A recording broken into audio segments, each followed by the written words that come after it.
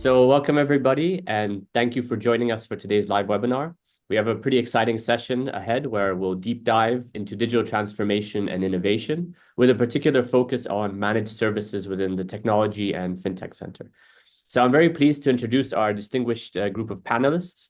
First, we have Ali Marzooq, Vice President and Head of Information Technology and Operations at Bahrain Commercial Facilities Company. Ali brings extensive experience in driving digital transformation and business innovation across multiple sectors, successfully leading digital platform initiatives from inception to achieving key business objectives. Welcome, Ali. Thank you for taking the time to be on the webinar. Next, we have Osama. Osama is the Product and Technology Manager at Blink, which is the neobank in Jordan, one of the big ones that's been making headlines over the past couple of months and years. Osama is a seasoned digital transformation leader with over 25 years of experience spanning banking, government, and the telecom sector. And he's known for championing agility, efficiency, and innovation. Osama previously played a significant role in Arab Bank's digital transformation journey, fostering agile practices and enhancing business performance through strategic technology initiatives. Welcome, Osama. Thank you for joining us. Thank you. Thank you for giving me this opportunity to talk about, such a hot topic. Ramadan Kareem wa kul aam wa antum bkhair. Yes, of course, Ramadan Kareem to everyone. I apologize, I totally forgot about that part. So Ramadan Kareem to everyone, to all our guests. So joining us as well is Tamer Mauge, Managing Director for the MENA region at Codebase Technologies. Tamer has had a dynamic 20-year career in fintech innovation and has made pioneering contributions in sales and technology through various companies. Before joining Codebase, Tamer spent, I think, more than 12 impactful years at NCR Corporation, where he drove sales initiatives across the Middle East and Africa and collaborated with multiple leading global brands in the financial technology sector. Welcome, Tamer. Thanks for joining us. Good morning, everyone. Always a pleasure to be here. Thank you, Tom. Thank you. And we also have with us a new joiner to the team is Taher Hamdan, Sales Director at Codebase Technologies. Taher has over 15 years of diverse experience across telecommunications, technology, fintech, as well as the health and wellness sector. And Taher's focus is very much on strategic planning, innovative thinking, and driving growth through strategic client solutions. Welcome, Taher, and thank you for joining us as well. Good morning, and thank you, Tom. Thank you. And of course, I'm your host and moderator, Tom Romansky, and I'm the brand and communications lead at Codebase Technology. So, welcome to all our panelists, and, let's dive right in. So I just want to kind of set the scene a little bit about what we're going to be talking about. So across the Middle East and North Africa, businesses are rapidly adopting managed services to drive digital innovation and to stay competitive. By about the end of 2023, the managed services market in MENA reached approximately $36 billion. With projections indicating it could surpass 91 billion by 2030. So that's a pretty impressive growth, about a annual growth rate of around 14%. And there's several key trends that are fueling this growth. Firstly, there's obviously digital transformation and cloud adoption, which are pushing organizations to modernize their legacy systems. Companies are increasingly relying on managed services providers to manage complex technology infrastructures, enhance agility, and improve efficiency. Secondly, we have cybersecurity, which is a top priority. About 70% of MENA organizations now are adopting managed services in a security services format to tackle, the rise of cyber threats and compliance requirements and ensure safety and security for all their customers and their organization. And third, we have managed services helping companies convert unpredictable costs into predictable operational expenses, allowing them to focus resources on innovation and on core business functions. And, in many instances, use managed services to augment those core functions and innovation. And lastly, we have, innovation itself. Companies across multiple sectors are bringing on managed services partners to help drive innovation, to create new products, to create new services, and to look at business and technology challenges in novel ways to help them innovate across their business and across their operations. And we see industries across the region seeing very tangible benefits, from banking to telecoms to healthcare. Various industries are seeing the benefits of managed services adoption to drive innovation and to grow their business and their revenues and market share and, customer services. So with that being said, today's discussion will be a deep dive into how businesses in MENA can leverage managed services as a powerful tool for growth, for innovation, and for competitive advantage. So with that, I kind of wanted to begin our session. And I, wanted to start with our first discussion topic, which I think maybe Ali, you can start us off with. And maybe you can tell us, what are the key challenges that financial brands face today in scaling their operations and accelerating innovation in a, dynamic market that we see? Good morning, everybody, and Ramadan Kareem. As you clearly mentioned, today there is a major transformation in digital transformation.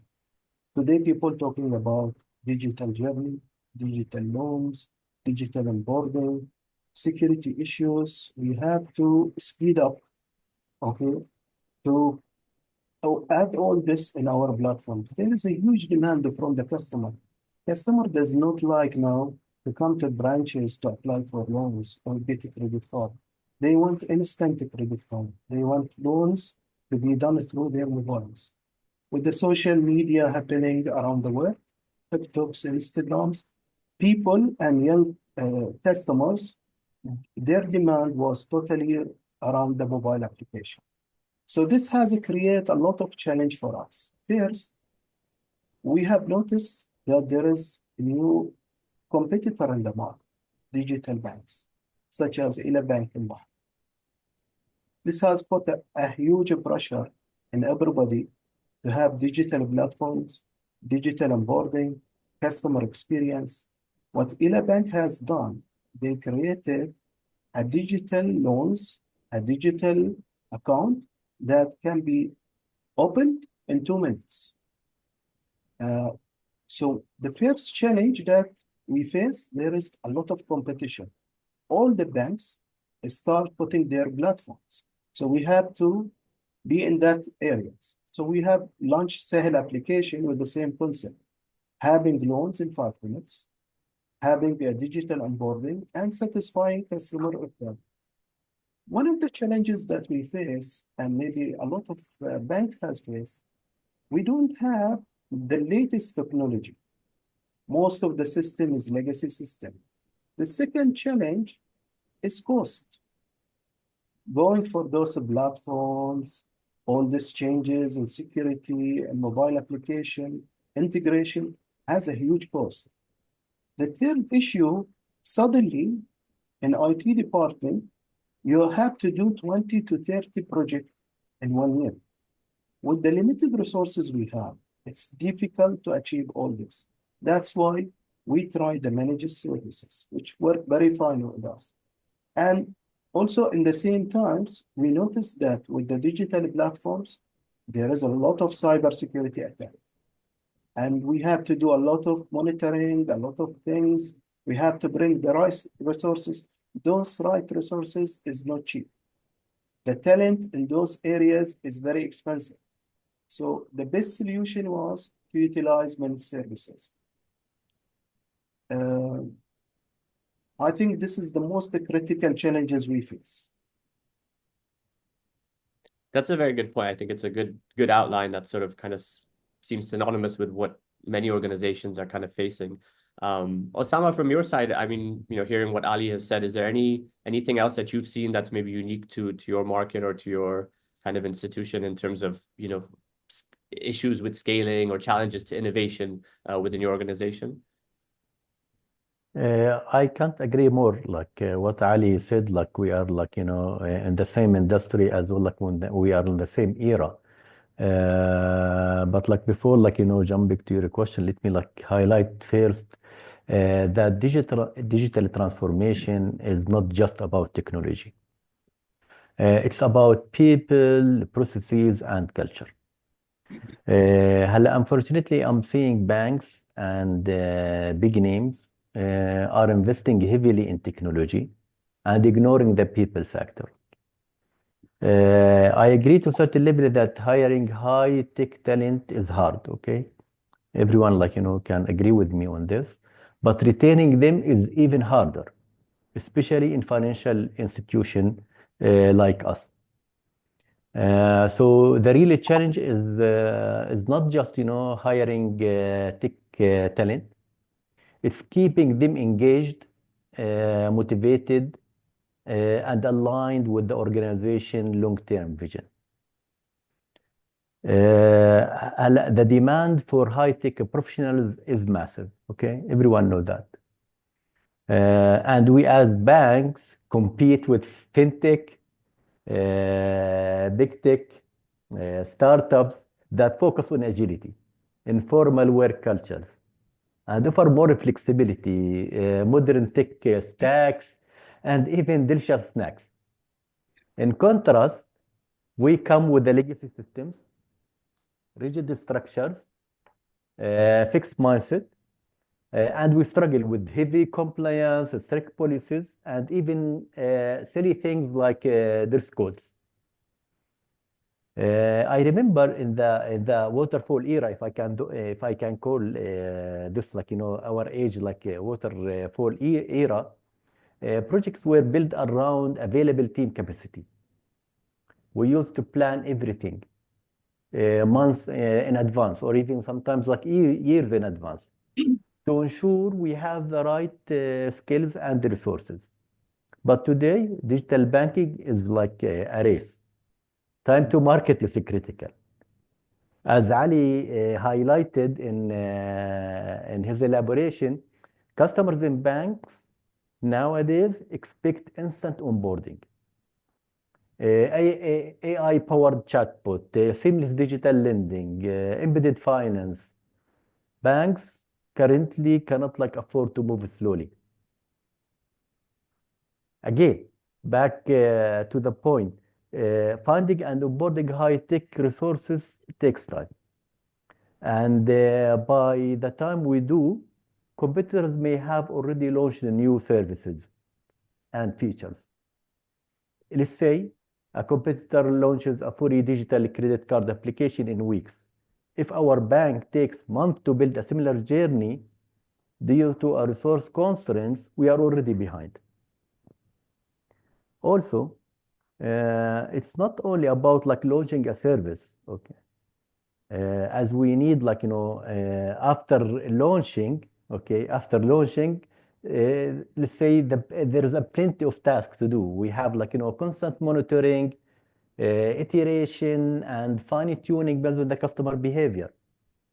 So imagine you launched, let's say, a very innovative new payment feature, okay? And now it needs fine tuning for better customer experience. What to do? If internal teams are already overloaded with other tasks and products, who takes care of continuous improvements?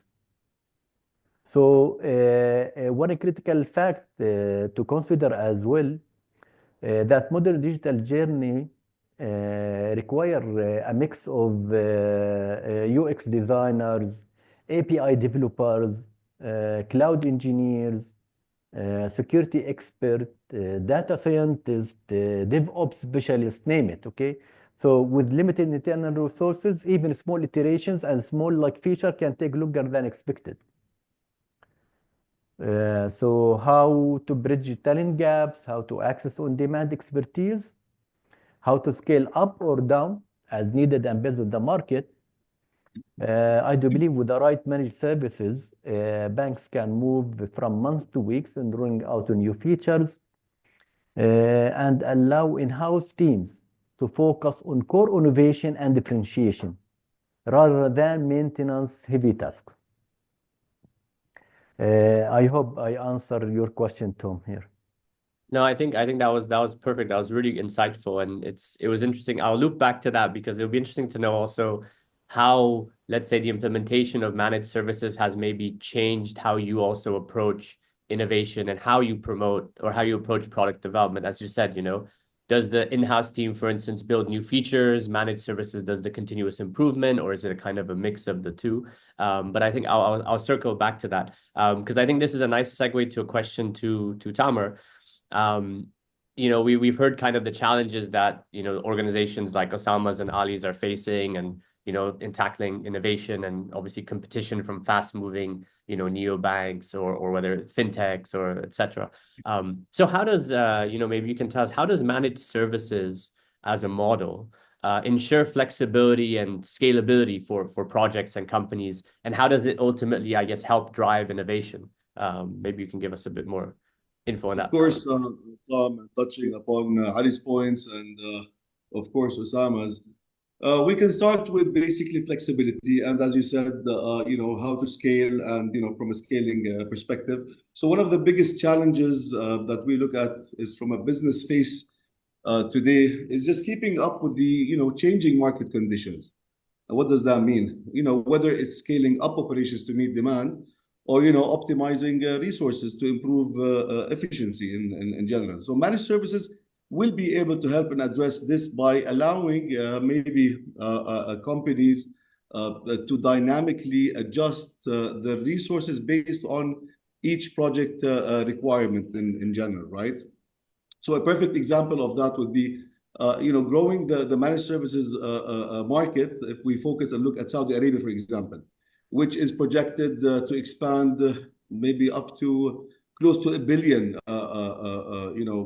dollars, or 950, as I read in one of the articles, and that is between I guess end of last year, 2024, up to 2028. So if you look at the CAGR rate growth, that's even close to 6.5%, and that's not shy at all. So this growth is driven by financial institutions and businesses that are looking to scale without maybe having or adding overhead costs of expanding in-house teams, as Osama even touched upon. So instead of hiring, as our peers said today or mentioned, training, maintaining internal teams, that's a big hassle, and businesses can access specialized expertise, on demand, while focusing on their core strategy. So if you look at the each institution's strategy, whether it's short, mid, or long term, that comes into play. So now, even in terms of driving innovation, the managed services do offer two major, probably in my humble opinion, advantages.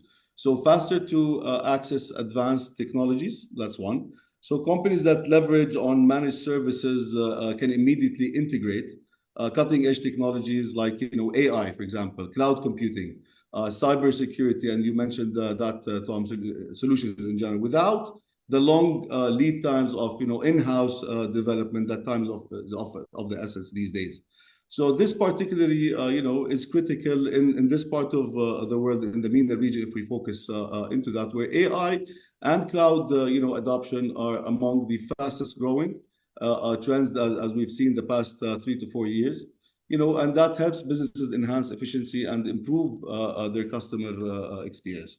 So that's one. Two is probably enabling strategic focus. And what do we mean by strategic focus? So by outsourcing operations, and infrastructure management.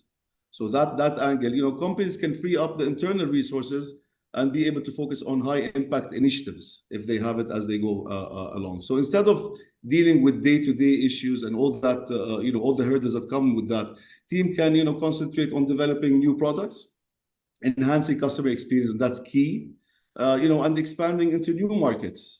So that will take them a longer way. So we actually take this, if we take this a step further to provide business, analysts, UI, UX designers, and other specialties to organizations in more specific reasons. Finally, I would say, if we look at the global landscape, so managed services market is expected to grow in another 320 plus billion, in the coming years. So that is going to expand to even double that number into 2023. It's going to go from that was 2 years ago, the numbers that was given.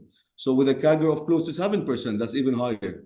So this indicates major shift in how businesses worldwide, including those in MENA, are leveraging managed services to reduce, cost and improve efficiency, to stay ahead of the increasingly competitive digital economy. It's moving so fast, Tom, that we're barely even being able to keep up. So if I want to summarize what I've just mentioned, so managed services does ensure flexibility and scalability again, by providing businesses with on-demand expertise that can grow or shrink as needed. So if it's not only growth, right? So you can grow quickly and you can shrink quickly without having any implications on your business. So, they do drive that for organization and faster access to at least, get access to technology, allowing the internal teams, again, I will focus on that, for the strategic growth. While also you can at the same time leverage those services, to provide fast experience and expertise.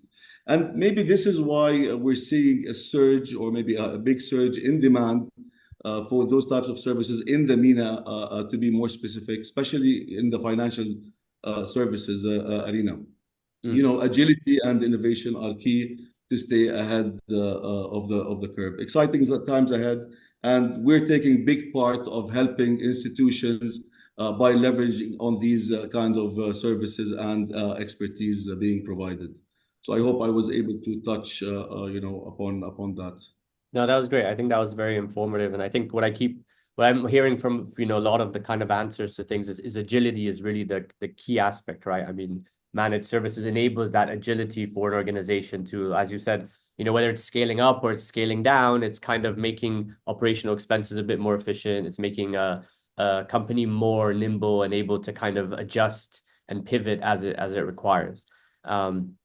I think that would be interesting to hear also from you, Ali, based on what Tamer has said and what Osama has said, as a company that's implemented managed services yourself, how has it kind of changed maybe the way that you approach, innovation, or the way that you approach product or service development within, BCFC, like, having that extra agility or having that extra flexibility for managed services? How has that actually changed your own organizational processes? Maybe you can tell us a little bit about that. As we mentioned today, there is a major digital transformation. There is a lot of concept in the market, talking about the cloud, blockchains, AIs, cybersecurity issues, digital onboarding, customer experience, different aspects. So whenever we choose a supplier, we have a philosophy that we don't deal with a supplier, we deal with a partner. And the partner concept give us the knowledge. What shall we do? Okay. So for example, if people now talking about AI, but if you go in a market and talk with a lot of suppliers, they'll ask you what you want. Few partners only comes and say, this is the business case for AI. So those suppliers which act as a partner will give you the experience, the knowledge, is that help you in achieving your goals, help you on putting the right project based on your requirement and based on what fit your environment. I can have, for example, a CRM solution which is $5 million.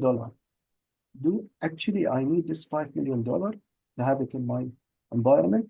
Maybe I need small programs or a different type of CRM that cost only $100,000. So choosing the right partner is the key for our success. And it will also help us in driving the right and successful project we can do. We don't want to compete with everybody. We are a financial institute. I cannot compete with banks who have millions and millions of budget to do technology and AI.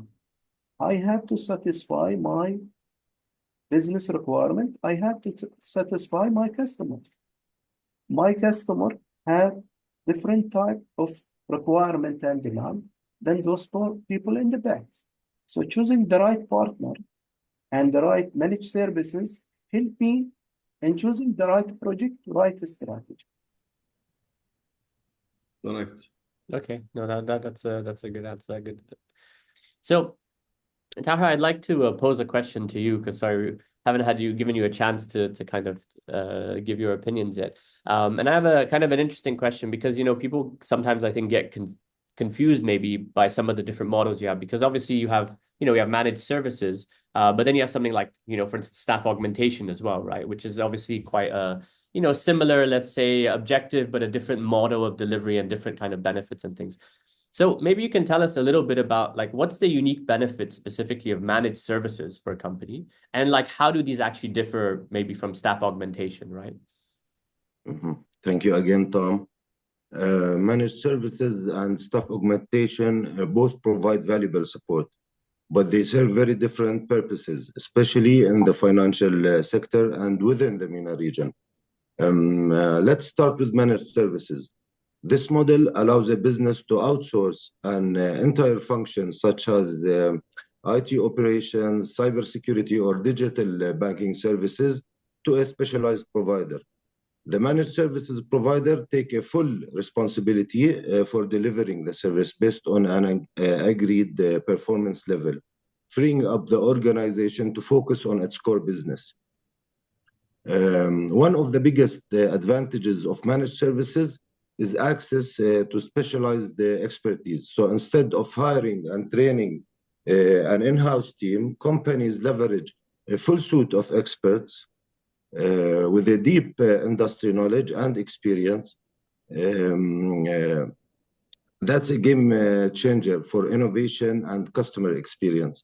A key benefit is scalability.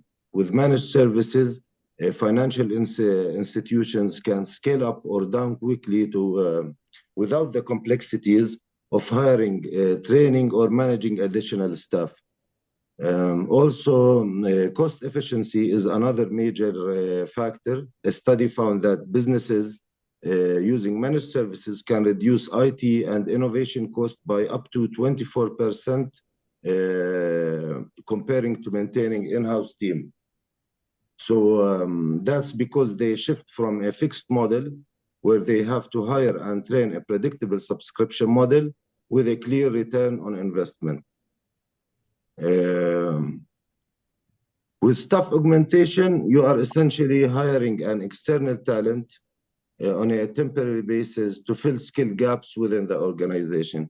The key difference here is that while staff augmentation provides additional hands, but it does not transfer management responsibility. The company still oversee, train, and integrate these temporary workers into its processes. The model works well for short-term projects or when the organization specialized skill for a limited period. So, however, for long-term strategic growth, especially in the banking and fintech, managed services provide end-to-end operational support, continuous optimization, and proactive security management. So, in summary, if you need temporary help on a project, staff augmentation makes sense. But if you want a partner to fully manage and optimize an entire function, the managed services are the way to go. In the MENA financial sector, we are seeing more organizations turn into managed services because of scalability, cost efficiency, and specialized expertise they offer. It's a model that helps companies innovate and stay competitive in an increasingly digital landscape. Okay, thank you. Thank you for that, Taher. That's very interesting. I think it's interesting to see like which model maybe works more for short-term, like quick wins, and which one is the more strategic. And I guess it does make sense having a more regular team that's, like Osama mentioned, if you have a product that you've developed and you're continuously innovating, you kind of want a team that's sort of worked on that for a longer period, rather than have just someone that comes in, does like a feature or something, and then is kind of gone, right? Tom, allow me like to elaborate on please. what Ali and Taher said. This is the differentiation between bringing a supplier slash consultancy company and partner.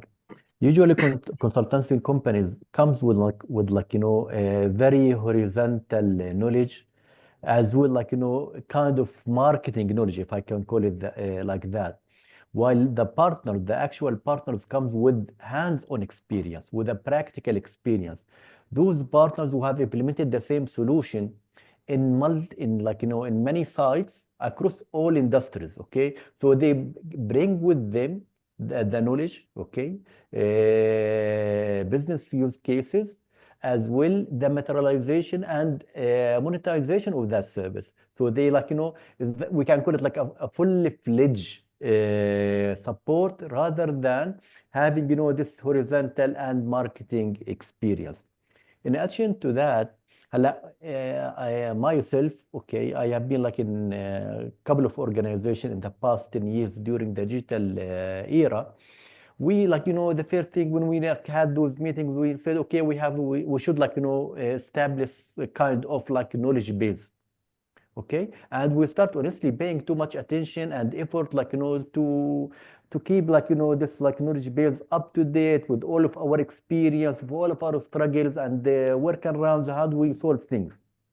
But when things actually in the bad shape, no one will like refer back to the knowledge base. Okay, our knowledge base is our partner. For sometimes, like when some of my colleagues or like my team come to me and ask me, Osama, do you remember how we like done the credit card auto instant issuance? We had this challenge. What was the fix? I, first impression or like first answer to come to my mind, please go and ask our supplier. For sure, they know how we solve it, and for sure they have a well documented how about the solution. So this is like, my elaboration on Taher and Ali, what they highlighted in their discussion. That's really great, Osama. You touched upon that, and that I was actually thinking as we were going along today's discussion. You can provide the people, right? So you can make people available for different companies, to help those institutions, carry what they want to do in terms of strategy forward. But again, if you have a partner on the, at the back, doing the advice, understanding the business, knowing it's not about only technology, right? So I'm trying to understand how and advise those companies to utilize and use those resources to be able to have a better impact on how you run that business. And of course, the different qualifications of different people that are being provided does help that. So yes, not only you get to get the resources or access a pool of people from around the world, wherever that is, whether it's on ground, whether it's augmentation, whether it's long term. You need someone, on the back to be able to give you the push, what's needed, how to be, how it's done, and build the capacity and adjacent to the management of that organization to be able to put it through. So yeah, I mean, that made me think. Thank you so much for that input, Osama.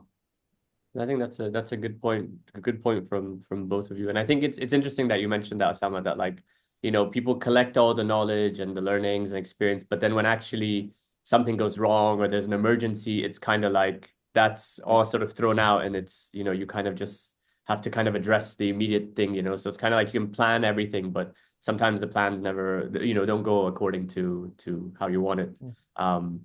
And I guess it's interesting also, like in reading a lot and kind of being exposed a lot more to managed services, because obviously, especially, we look at, financial companies, we look at neobanks, who are leveraging managed services, but you have a lot of other sectors, right? You have healthcare, you have telecoms, you have other companies that are kind of implementing sort of these services, and it's, I think, broadened a lot beyond just maybe a couple of years ago you would look at sort of outsourcing or managed services would be used more for like cybersecurity tasks or just IT operations, like networking stuff. Whereas I think nowadays a lot more companies are implementing managed services for like product development, for strategic work, for UI and UX design, for instance. So it's kind of evolved into actually you can use managed services for everything. Let's say you have you want to launch a new proposition for your digital bank to the youth, right? You want to create how do we create the youth experience, let's say, we might need to bring some analysts on board, some designers on board through our managed services system, rather than just, well, want to go to the cloud, so let's just outsource IT, for instance. So I was thinking, from your side, Ali or Osama, are there any have you seen from your organization any specific, let's say, core functions or processes that are maybe better suited for being somehow almost outsourced to a managed services provider, and some core functions that aren't? Or are you seeing a change in that? Maybe a year ago you would have done this type of function with managed services, but now actually you're looking at doing something else, product development or whatever. So what core functions do you see more leaning towards a managed services approach? If you look, this managed service concept started when the cloud concept has come up. And SaaS services. Okay. So people talk about the cloud maybe 20 years back. It's only recently become mature. Previously, we faced a challenge when we try to convince our internal auditors and central bank that we are going to use Microsoft 360, which is a cloud-based email services. But now everybody is using Microsoft 360, using Teams for meeting, using Zoom for meeting. So there is a change in the culture. There is a change in the mind. Digital transformation was not mature before COVID, was just started. But after COVID, it's become a mandatory, okay? Certain services, if like Osama, he just mentioned, if I want to hire security officer, I want to have data science, I want to have UX designer, I have developer, how many stuff in IT it will be? It's a huge number. So majority of the services which we see now going as managed services, development of application, cyber security management, and this cyber security management is a requirement from central bank. So there is a clear requirement from central bank that you have to outsource your cyber security monitoring to third party who have the experience. Okay. Other things, for example, we have our credit card. The credit card management is outsourced to somebody else. Nowadays, also, we are seeing that loan services, after loan services, contact center is being outsourced. So we started actually from long time back.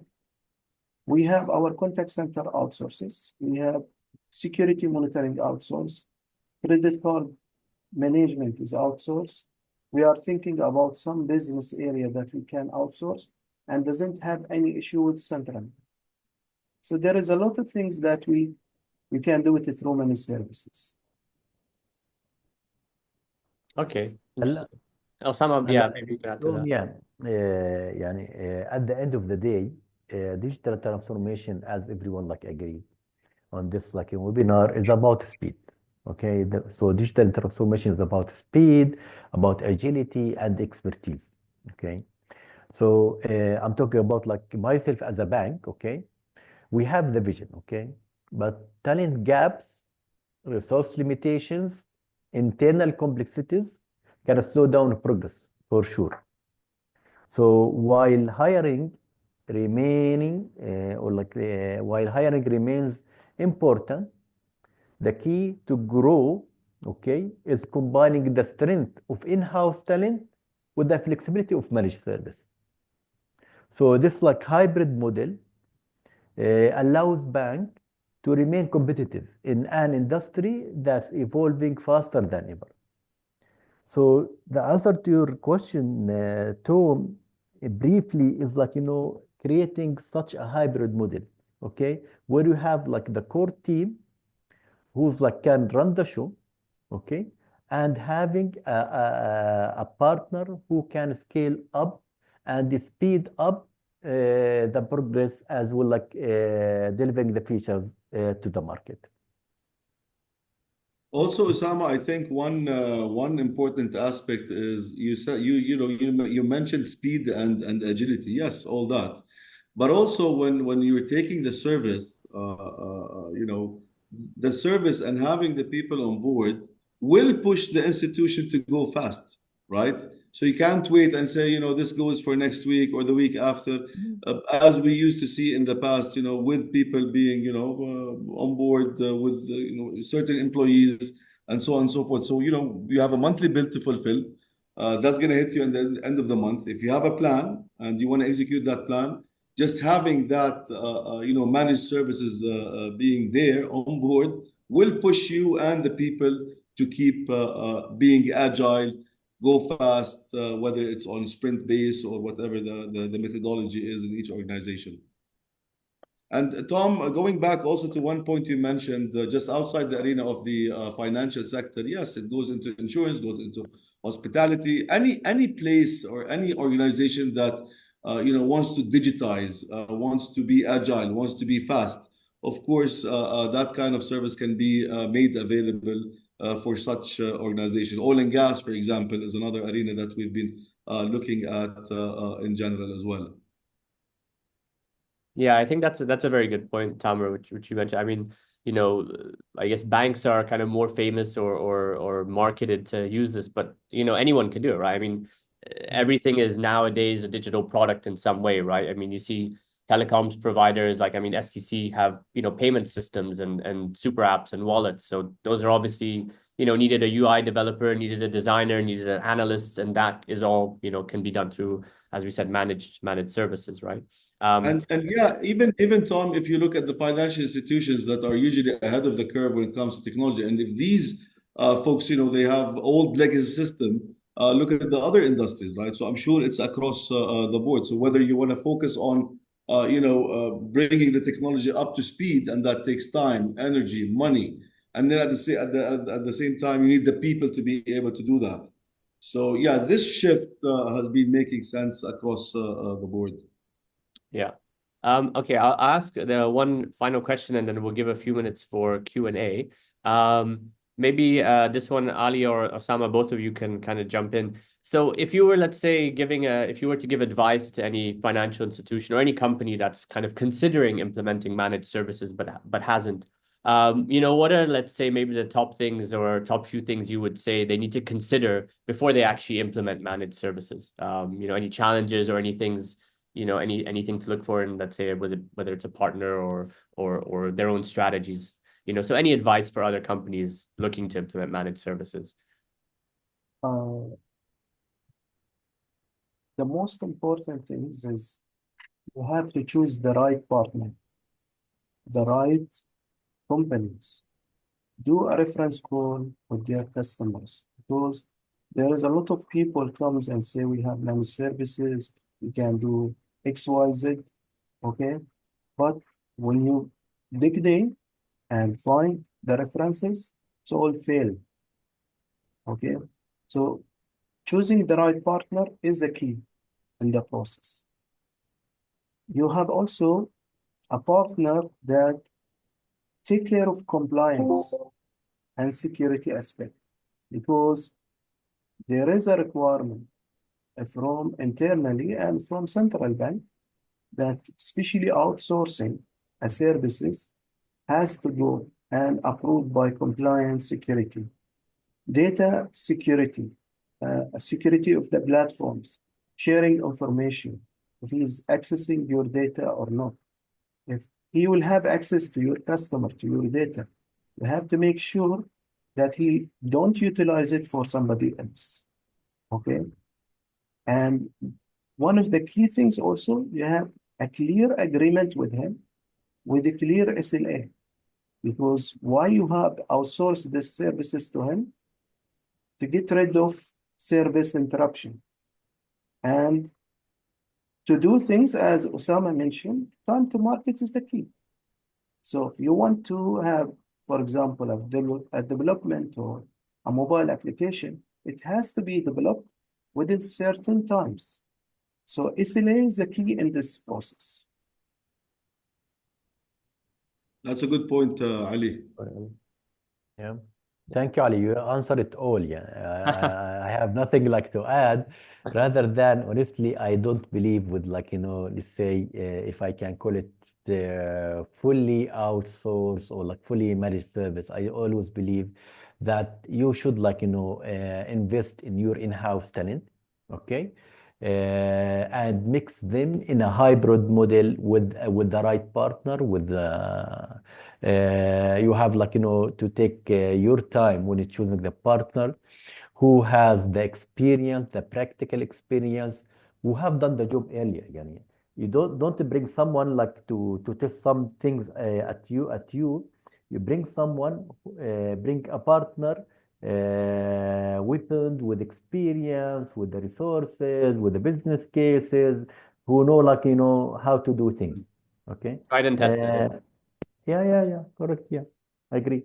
Yeah, So Yeah. this is my side. You know, also, if I may, Tom, mention something I've been wanting to talk about since the beginning of this webinar, is two main things that I want to give the peace of mind to whomever is listening to this webinar today, or whomever is considering, onboarding managed services, is two main key elements: building capacity and knowledge transfer. So it's really important for organizations to understand when they get that service and they get those people on board, they will be able to start building the capacity of their, they have minimum people on board, let's say 1, 2, and they want to grow their internal capacity. So it's part of, doing the job from a managed services perspective for these pool of expertise to start transferring the knowledge and building the capacity of the existing people within those organizations. That will give a peace of mind and a future-proof type of thing for those managements at those organizations to say, okay, I'll be able to scale this, do this, and then I'll be able to at the same time build the capacity of my internal people. So that's a really important aspect as we tried to mention. Yeah, I think that's a very, very good point. I mean, knowledge is power, as everyone says, right? So, being able to leverage, the experiences and past kind of like projects, through managed services, because then obviously, your organization will start to grow and absorb that information, that way of doing things, that experience. So it's kind of a mutually beneficial system. So, okay, I have a couple of like questions that came through. So I'll just ask them now. So we do through the Q&A. Maybe Taher, actually, you can address one of these, because I think this might be something that you could look at or have a good insight on. So someone asked, how important is local expertise and knowledge for a managed services provider when serving companies across the diverse markets in MENA? That's a good question, Tom. Actually, we as a Codebase, now we're working on developing a tech hub here in Jordan to gather all local people that they are looking for jobs and they are willing to work in this industry, in order to let them find these jobs and develop our tech hub. So basically bringing in like local experts that kind of know the market and know let's say, whether it's local regulation or customer expectations. I guess what you're saying is it does help to actually have, a bit of localized knowledge. Yeah. Okay. No, that's good. Yeah, go ahead, Ali, please. I think you want to add something. A mobile application.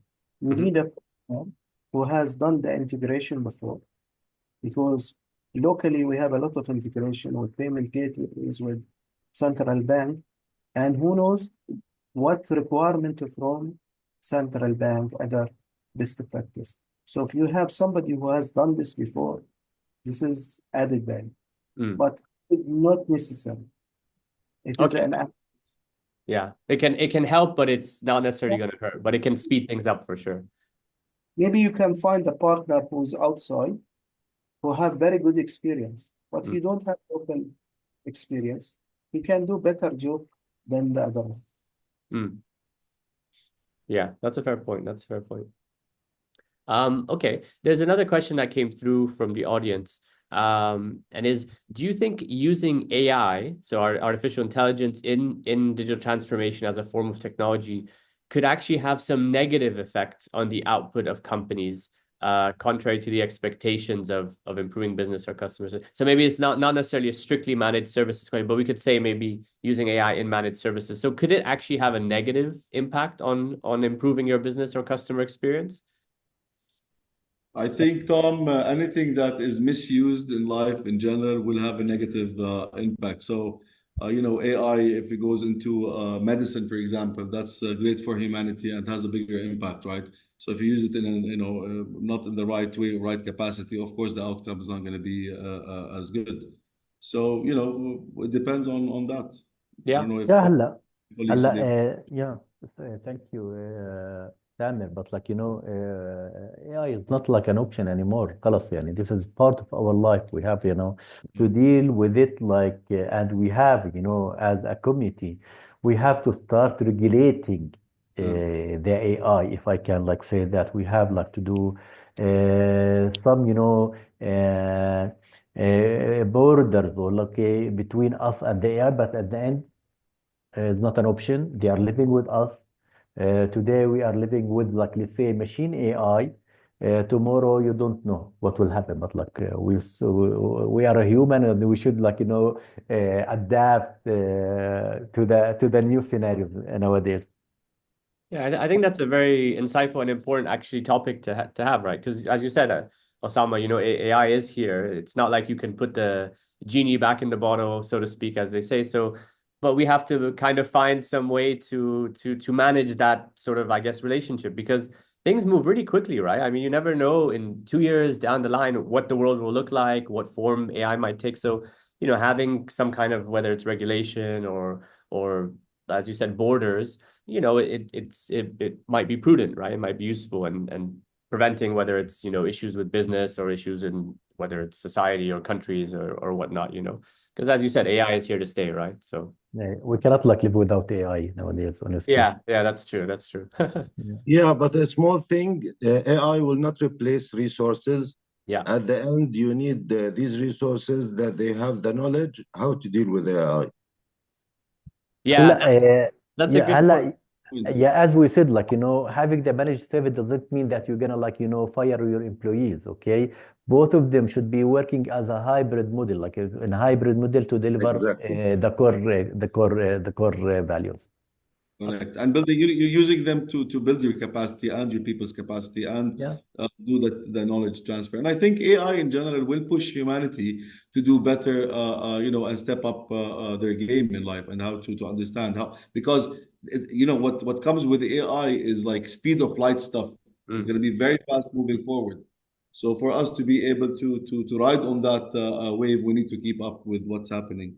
Yeah, I don't mind having an AI to prepare dinner or let's say clean up my kitchen. Okay, I will not mind that for sure. It's funny that you mentioned that, Osama, because I read quite a funny quote that people are saying that I don't want AI to do the fun, creative pictures and writing that it's currently doing, so I have more time for laundry. I want it to do the laundry, so I have more time for creative, fun stuff like music. So Correct. it's interesting. Makes sense. Okay, yeah, go ahead, Ali, please. AI come with a lot of security concern. Mm. Where is your data will be stored? Who can see your data?